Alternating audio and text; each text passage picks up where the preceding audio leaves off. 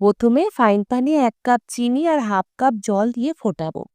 চিনি মেল্ট হয়ে একটু ঘন হলে 1 চামচ ঘি দিয়ে গ্যাসের ফ্লেম বন্ধ করে ক্রমাগত নাড়তে নাড়তে ঝুরঝুরে চিনি তৈরি করব। এটাকে বলে চিনির তাগার বা বুড়া। তাগার বানানোর সময় ঘি দেবার পর অতি অবশ্যই গ্যাসের ফ্লেম বন্ধ করে ক্রমাগত এরকম নাড়তে হবে, তা না হলে চিনি ডালা হয়ে যাবে আর এরকম ঝুরঝুরে চিনি তৈরি হবে না। এবার হাফ কাপ ঘি নেব, তা থেকে 1 চামচ ঘি রেখে বাদবাকিটা কড়ায় ঢালবে। তারপর ঘি মেল্ট হলে 2 কাপ বেসন দেব। গ্যাসের ফ্লেম একদম লোতে রেখে ঘি দিয়ে বেসন ভালো করে ভাজবো। 2 কাপ বেসনে ঘি লাগবে হাফ কাপ, এই মেজারমেন্টটা মনে রাখবে। বেসন থেকে যখন একটা সুন্দর গন্ধ বেরোবে আর এরকম ঘি ছাড়তে শুরু করবে, তখন অল্প একটু জল দিয়ে আবারও ক্রমাগত নাড়তে থাকবো। জল দেবার কারণেই বেসনের মধ্যে একটা দানা ভাব আসবে, সেটা তোমরা দেখে নিশ্চয়ই বুঝতে পারছো।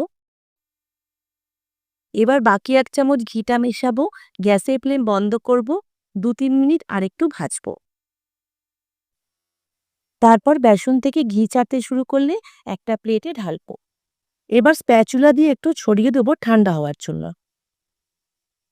এবার 1 চামচ মগজদানা হালকা রোস্ট করব। বেসন হাত সওয়া গরম আছে, পুরোপুরি ঠান্ডা হয়নি।